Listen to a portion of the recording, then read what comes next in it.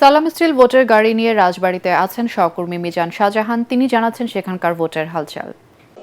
সালাম স্টিল ভোটের গাড়ি নিয়ে আমরা এখন আছি রাজবাড়ীতে। রাজবাড়ী সদর ও গোয়ালন্দ নিয়ে গঠিত সংসদীয় আসন রাজবাড়ী ১। এখানে বিএনপির প্রার্থী হিসাবে রয়েছেন আলী নেওয়াজ মাহমুদ খৈয়ম, অপরদিকে জামাতের প্রার্থী হিসাবে রয়েছেন অ্যাডভোকেট নুরুল ইসলাম।